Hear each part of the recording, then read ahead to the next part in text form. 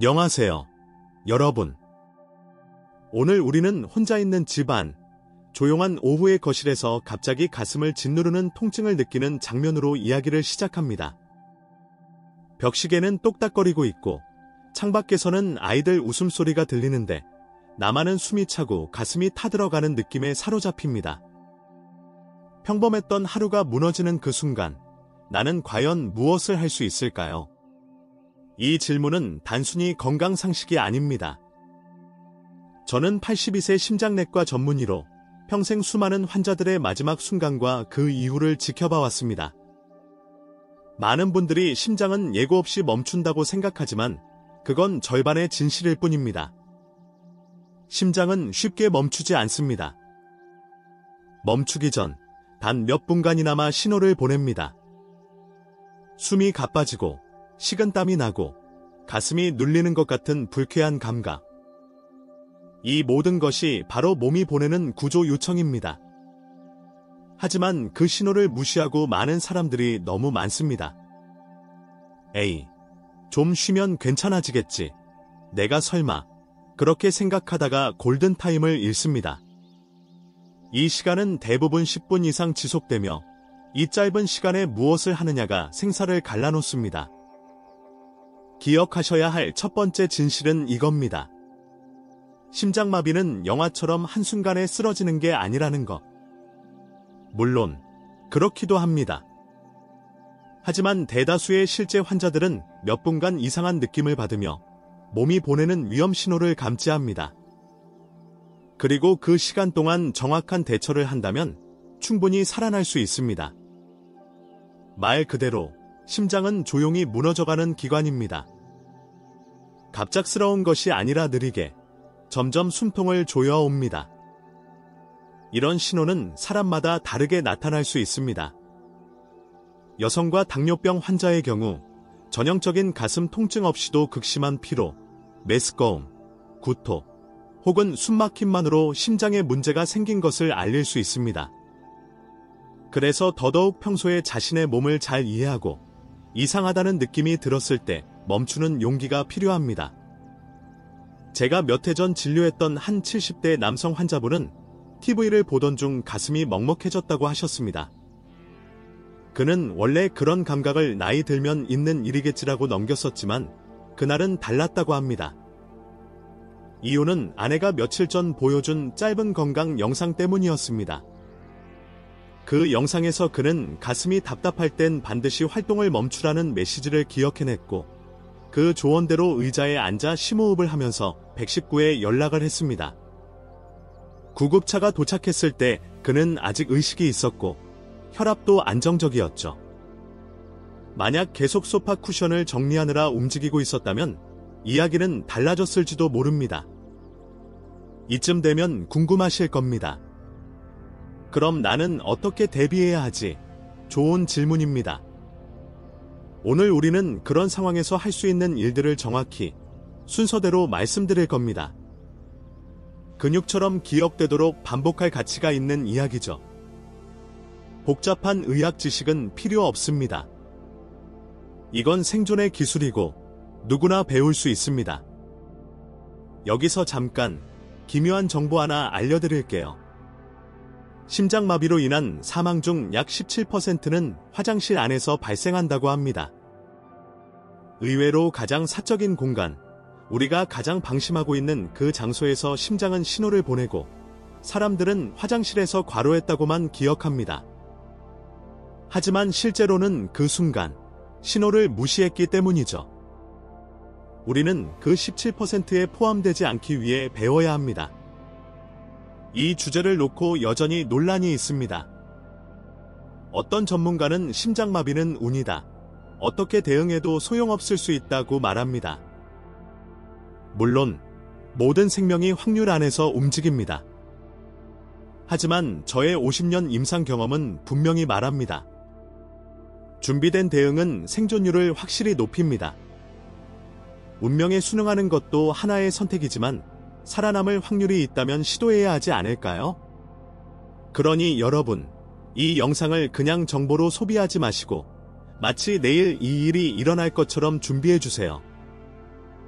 좋아요와 구독 버튼도 눌러주세요. 단, 제가 하는 이야기가 정말 마음에 들었을 때만요. 좋아요는 그냥 클릭이 아니라 나는 준비된 사람이 되겠다는 의지의 표현이니까요. 이제 시작합니다. 오늘 하루 당신의 심장을 지키는 기술을 함께 배워보겠습니다. 심장에 무언가 이상한 느낌이 들었다면 그 순간부터 우리는 하나의 전환점을 맞이한 겁니다. 지금부터 생존은 움직임이 아니라 정지에서 시작됩니다. 듣기에 다소 모순처럼 들릴 수 있겠지만 심장이 보내는 첫 번째 경고에 대해 우리가 취해야 할 반응은 멈춤입니다. 진심으로요. 무슨 일을 하고 있든 누구와 있든 어디에 있든 즉시 그 자리에 정지하는 것, 그것이 생명을 살리는 첫 행동입니다. 이 조언이 단순해 보여도 대부분의 사람들은 여기서 실패합니다. 왜냐하면 우리 뇌는 위기를 인식하는 순간 행동하라고 명령하거든요. 심장이 조여오는 듯한 느낌이 들면 물 좀 마셔야겠다, 가까운 병원에 가야겠다, 혹은 누군가를 불러야겠다며 무언가를 하려고 일어납니다. 하지만 이 시점에서의 행동은 심장을 더 혹사시키는 겁니다. 이미 산소 공급이 부족한 상태에서 몸을 움직이는 건 연료 없는 자동차에 엑셀을 밟는 것과 같죠. 제가 예전에 진료한 김순호 씨, 기억나시나요? 이분은 혼자 집에서 TV를 보다가 가슴이 답답해지고 등줄기를 타고 흐르는 식은땀을 느꼈습니다. 평소였다면 단순한 소화불량으로 여겼을 겁니다. 그런데 그날은 며칠 전 병원에서 들은 제 말씀이 떠올랐다고 해요. 가슴이 이상하면 즉시 멈추세요. 그 단순한 조언 하나가 그분의 생명을 살렸습니다. 그 자리에서 조용히 앉고 호흡을 가다듬은 뒤 구급차를 부르셨거든요. 여기서 중요한 것이 자세입니다. 단순히 멈추는 것만으로는 부족하고 어떻게 멈추느냐도 중요하죠. 바닥에 눕거나 소파에 기댈 수 있다면 그렇게 하세요. 의자가 있다면 등에 완전히 기대되게 앉으시고 무릎 밑에 수건이나 방석을 대어 살짝 굽혀주면 혈액순환에 도움이 됩니다. 심장으로 돌아오는 혈액의 흐름을 부드럽게 만들어주니까요. 그리고 절대 하면 안 되는 자세가 있습니다.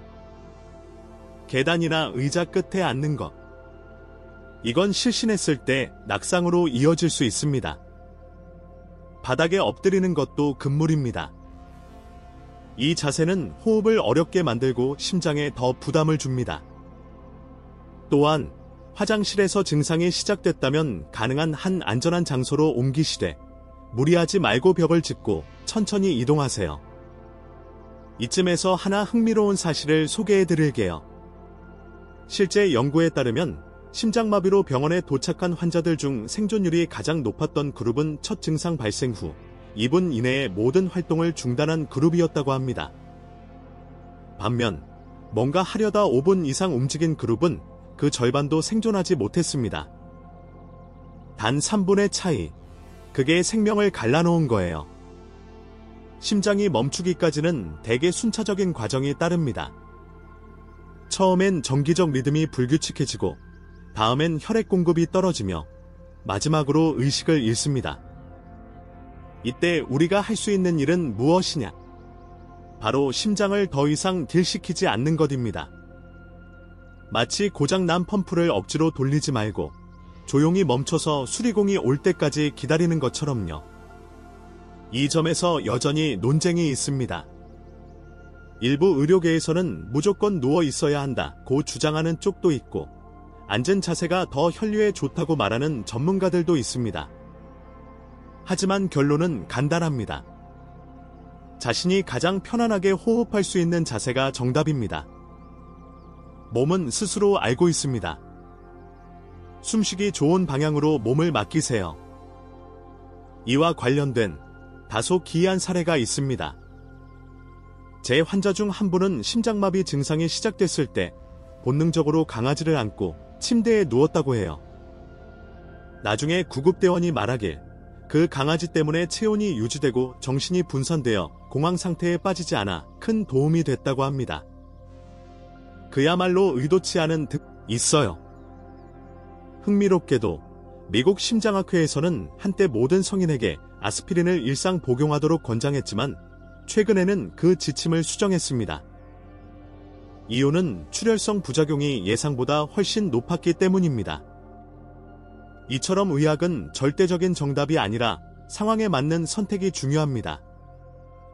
특히 약물에 관해서는 더더욱 그렇습니다. 한 가지 기이한 사례가 있습니다. 65세 여성 환자 한 분은 남편이 복용하던 니트로글리세린을 자신도 복용하면 도움이 될 것이라 생각하고 위급한 상황에서 남편 약을 복용했습니다. 결과는 저혈압 쇼크로 이어졌고 오히려 병원 이송이 더 힘들어졌죠. 약은 누구의 것인가가 중요합니다. 내 몸과 처방된 약만이 안전한 선택입니다. 그럼 약이 없다면 어떻게 해야 할까요? 혹은 평소 심장질환 진단을 받지 않았지만 지금 증상이 매우 강하다면? 이럴 땐 무조건 다음 단계로 넘어가야 합니다. 약이 없다고 시간을 보내면 안 됩니다. 약은 생명을 지연시켜주는 도구일 뿐 구급차보다 더 우선은 아닙니다. 이 점에 대해서는 학계에서도 의견이 분분합니다. 일부 학자들은 응급 상황에서 약이 없는 환자도 구조 시점이 빠르다면 생존율 차이는 크지 않다고 주장하고, 또 어떤 연구자들은 니트로글리세린 1회 복용만으로도 5분의 골든타임을 벌 수 있다고 이야기합니다. 진실은 상황마다 다를 겁니다. 하지만 제 입장은 명확합니다. 평소 복용하던 약이 있다면 그건 생존을 위한 무기입니다. 잊지 마세요. 또 한 가지 말씀드릴 것은 약의 위치입니다. 약이 아무리 있어도 찾지 못하면 소용이 없습니다. 항상 같은 위치에 두세요. 가방 안, 베개 옆, 혹은 현관 옆 작은 서랍. 그리고 가족이나 이웃에게도 그 위치를 알려두세요. 저희 병원의 한 환자분은 본인의 약을 강아지 사료통 옆에 두셨다가 아내가 사료통을 정리하며 치워버렸던 적이 있죠. 웃긴 이야기지만 실전에서는 비극이 될 수도 있는 일입니다. 이쯤에서 우리가 생각해 볼 점은 바로 이것입니다. 나는 지금 약이 어디 있는지, 무엇을 복용 중인지, 그리고 그 약의 역할이 무엇인지 알고 있는가? 단 한 번이라도 머릿속에서 이 시뮬레이션을 해본 적이 있다면 여러분은 이미 절반은 준비된 사람입니다. 약은 선택지가 아닙니다. 위기 속의 전략입니다. 그리고 전략에는 정확한 계획이 필요하죠. 약이 있는 분들은 복용 방법과 타이밍을, 없는 분들은 복용하지 않아야 할 상황을 분명히 알아두셔야 합니다. 혹시 몰라서 먹는다는 선택은 응급 상황에서는 가장 위험한 한 수가 될 수 있습니다. 자, 다음 단계에서는 진짜로 생명을 잇는 가장 중요한 행동 하나를 하겠습니다. 바로 전화기. 단지 버튼 하나지만 이 한 번의 터치가 심장을 살릴 수도, 죽일 수도 있습니다. 곧 말씀드릴게요. 심장은 조용히 무너지고 시간은 여전히 흐르고 있습니다. 약을 복용했든 아니든 이제는 다음 단계로 넘어가야 할 순간입니다. 바로 전화기, 그 작은 기계 하나가 오늘 여러분의 생명을 잇는 가장 중요한 연결선이 됩니다. 지금 우리는 119에 전화를 걸어야 합니다.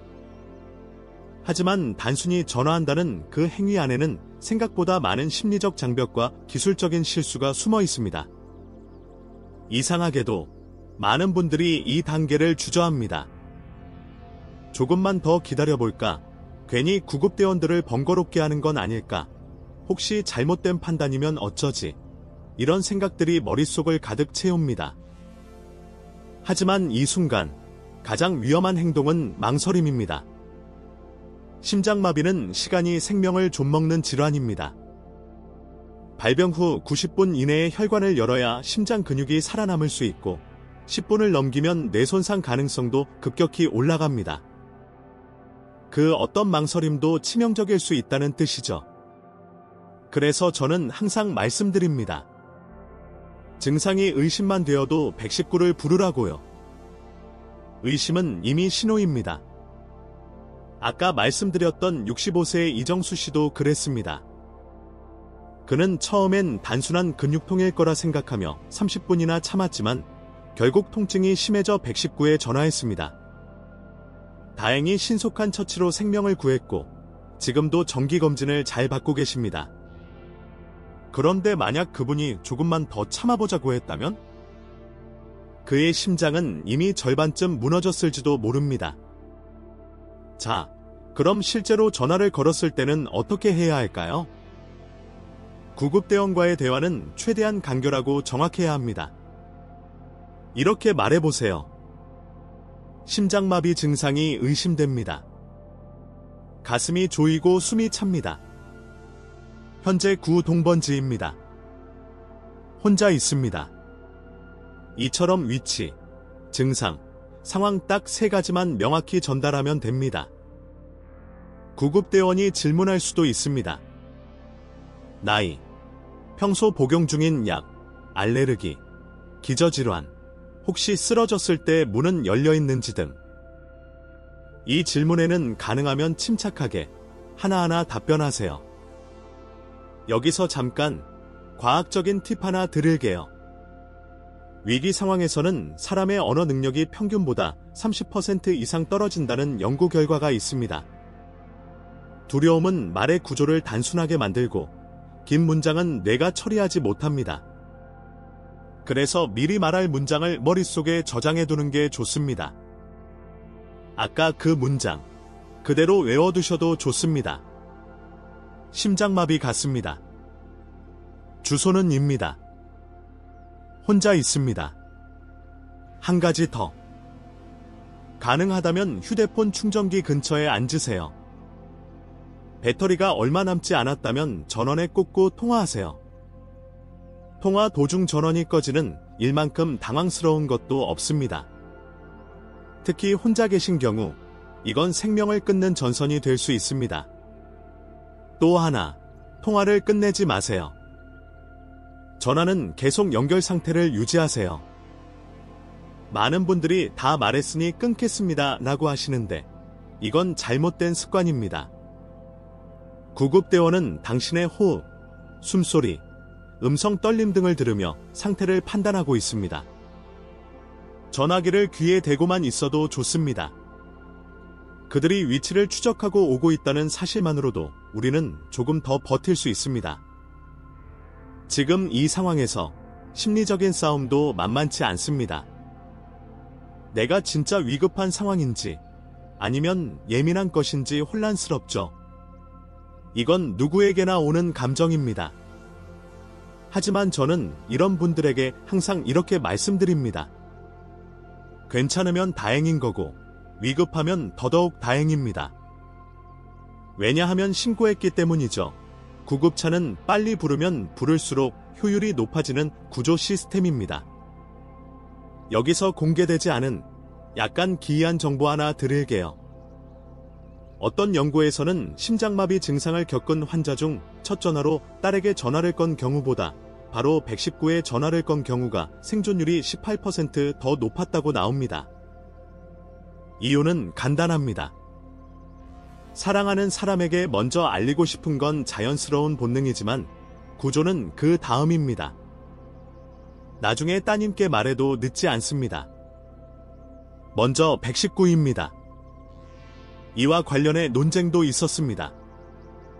고령자들이 패닉 상태에서 정확한 판단을 내릴 수 있을까? 라는 질문이었죠. 하지만 제 대답은 늘 같습니다. 그렇기에 우리는 사전에 훈련해야 한다. 실제 상황이 닥치기 전에 머릿속으로라도 시뮬레이션을 돌려보는 것이야말로 가장 현실적인 대비입니다. 지금 이 순간 여러분의 손에 들려있는 스마트폰, 그건 단순한 기계가 아닙니다. 생명을 구하는 버튼 하나, 그리고 그 버튼을 누르는 데 필요한 건 특별한 지식도, 기술도 아닙니다. 오직 용기입니다. 이제 전화를 걸었고 구급차가 오고 있습니다. 하지만 아직 끝나지 않았습니다. 다음 단계는 심지어 더 중요한데요. 그것은 바로 문을 여는 일입니다. 것 자체가 위험한 행동이 아니냐고 묻습니다. 맞습니다. 그래서 이건 순서가 중요합니다.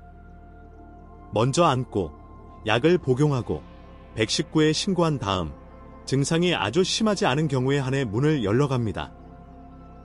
너무 심한 통증이거나 어지러움이 심한 경우에는 움직이지 말고 구급대원에게 문 비밀번호나 열쇠 위치를 전달하세요. 그리고 비밀번호형 도어락을 사용하신다면 꼭 가족이나 이웃에게 비밀번호를 알려두세요. 비상시를 대비해 냉장고나 현관 옆에 연락처와 도어락 번호가 적힌 스티커를 붙여두는 것도 훌륭한 방법입니다. 실제로 한 76세 환자분은 도어락 비밀번호를 적은 메모지가 구급대원 눈에 띄어 단 1분 만에 진입이 가능했던 사례도 있습니다. 그 1분이 뇌 손상을 피하게 만들었습니다. 조금 기묘한 이야기 하나 들려드릴까요? 미국에서는 심장마비 환자들이 현관문을 열어두기 어렵다는 점을 고려해 비상시 문강제 개방 기능이 탑재된 스마트 도어락이 개발되기도 했습니다. 평상시엔 작동하지 않지만 등록된 전화번호로부터의 특정 신호가 감추되면 자동으로 문이 열리는 방식이죠. 기술이 생명을 지키는 시대, 우리가 그 혜택을 어떻게 활용하느냐가 더 중요하겠지요. 한 가지 더, 만약 거동이 불편하거나 1층이 아닌 고층에 사시는 분들은 비상 연락망을 설정해두세요. 예컨대 옆집 이웃에게 응급 상황엔 문 열어줄 수 있도록 미리 도와달라는 부탁을 해두는 겁니다. 평소 쑥스러워 미루고 있던 말 한마디가 아주 먼 미래에 결정적인 역할을 할 수 있습니다. 문을 연다는 건 단순히 구조대를 맞이한다는 의미만이 아닙니다. 그건 내가 살아갈 의지를 보여주는 신호입니다. 나는 준비되어 있다. 그 의지를 구조대는 문을 통해 가장 먼저 목격하게 되는 겁니다. 자, 이제 문은 열렸고 구급차가 도착하는 동안 당신은 해야 할 마지막 준비를 해야 합니다. 그건 바로 올바른 자세로 호흡하는 것, 그리고 정신을 유지하며 버티는 것입니다. 이 마지막 과정이 그 무엇보다 중요합니다. 다음에서 알려드릴게요. 문을 열고 구조대는 오고 있습니다. 그 몇 분이 마치 몇 시간처럼 길게 느껴질 수도 있어요. 숨을 쉴 때마다 심장은 더 무겁게 짓눌리는 것 같고 가슴 안에서 무언가 벌겋게 타오르는 듯한 통증이 오르락내리락합니다. 그런데 바로 이 순간 우리가 할 수 있는 가장 실질적인 생존 행동이 있습니다. 바로 호흡입니다. 단순히 숨을 쉬는 것이 아니라 제대로 된 방식으로 의도적으로 생명을 이어주는 호흡이죠. 우리가 흔히 말하는 복식호흡, 정확히는 4대 6호흡법이 이 순간을 버티게 도와줄 수 있습니다. 방법은 이렇습니다. 코로 4초 동안 천천히 숨을 들이마십니다. 입으로 6초 동안 길게 숨을 내쉽니다. 이 리듬을 유지하면 과호흡을 막아주고 심박수를 안정화시키는 데 큰 도움이 됩니다. 또 이 호흡은 부교감 신경계를 자극해 심장의 흥분을 가라앉히는 역할도 합니다. 실전에서는 이렇게 간단한 행동 하나가 뇌와 심장에 산소를 안정적으로 공급해주는 유일한 연결고리가 됩니다. 67세의 이순자 씨를 기억하실지 모르겠어요. 이분은 요가 수련을 오래 하셨던 분인데 어느 날 밤 갑자기 숨이 막히고 왼쪽 가슴에 묘한 통증이 밀려들었다고 하셨어요. 무언가 심상치 않다는 걸 본능적으로 느낀 그는 평소 익혔던 복식호흡을 시작했고 숨을 들이마시고 내쉬는 동안 스스로를 진정시켰다고 합니다. 구급차가 도착했을 때 그는 의식도 분명했고 호흡도 안정되어 있어 치료가 훨씬 수월했다고 하죠. 이쯤 되면 그냥 숨 쉬는 게 그렇게 중요한가요? 라고 물으실 수 있습니다. 사실 그건 전혀 그냥이 아닙니다. 심장마비 시 산소 부족은 곧 뇌손상과 사망률을 극적으로 끌어올리는 원인입니다. 복식호흡은 폐에 산소를 가득 채우고 그것을 뇌와 심장으로 실어 나르는 마지막 수단입니다. 단, 몇 가지 주의사항이 있어요. 첫째, 절대로 일어서거나 걸어 다니지 마세요. 약간 나아졌다고 방을 서성인다거나 전화기를 찾으러 걸어가는 건 심장에 치명적입니다. 둘째, 물을 마시면 안 됩니다. 의식이 흐릿한 상태에서 마신 물은 기도로 넘어가 질식 위험을 초래할 수 있어요. 셋째, 구토 증상이 있으면 억지로 참지 마세요. 단, 고개를 반드시 옆으로 돌려 토사가 기도로 넘어가지 않게 해야 합니다. 또 하나, 흔히 알려진 기침 심폐소생술이라는 것이 있습니다. 일부 영상에서는 기침을 강하게 반복하면 심장 리듬을 되돌릴 수 있다고 주장하죠. 하지만 이 방법은 일반인에게 권장되지 않습니다. 실제로 의학계에서는 이 방법이 효과적이라는 근거가 부족하다고 보고 있고, 자칫 혈압을 더 올려 상태를 악화시킬 수 있기 때문입니다.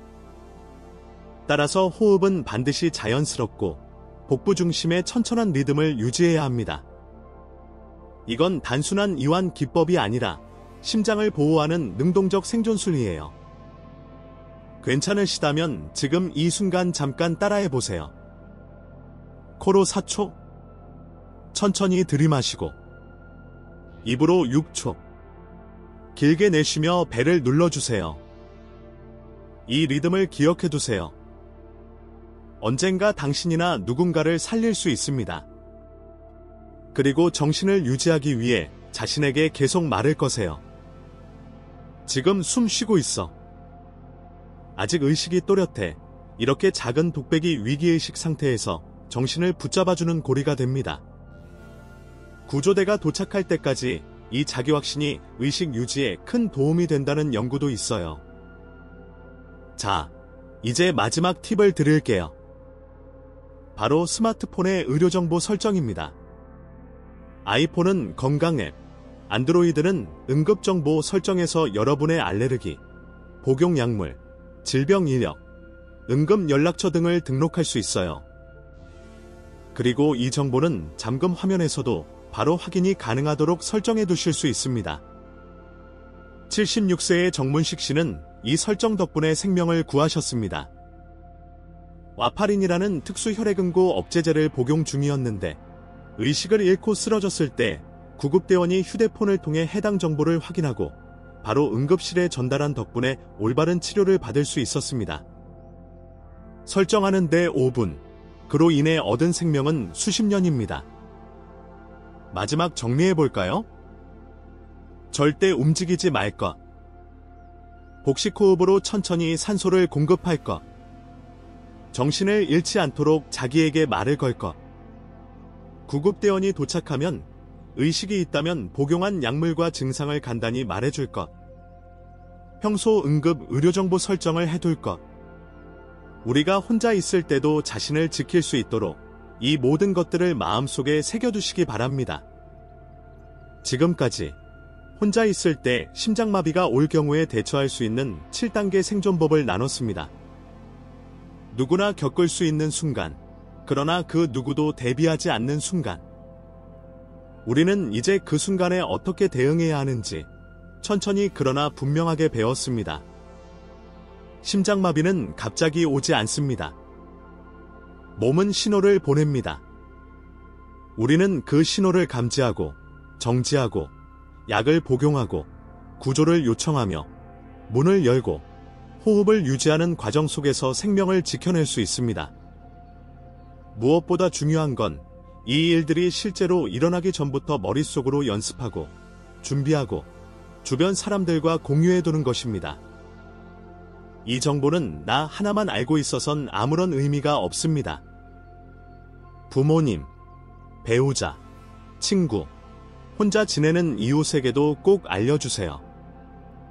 이 영상을 끝까지 보신 여러분은 단순한 시청자가 아니라 위기 앞에서 생명을 지키는 훈련을 마친 준비된 사람입니다. 오늘 하루는 물론이고 앞으로의 삶 전체에 있어서 이 준비는 그 무엇보다 소중한 자산이 될 거예요. 그리고 부디 이 지식이 쓰이지 않기를 진심으로 바랍니다. 하지만 그 순간이 온다면 여러분은 당황하지 않을 것입니다. 준비된 사람은 위기를 기회로 바꾸는 사람입니다. 이제 여러분의 호흡이 조금 더 가볍게 느껴지길 바라며 저도 조용히 인사를 드리겠습니다.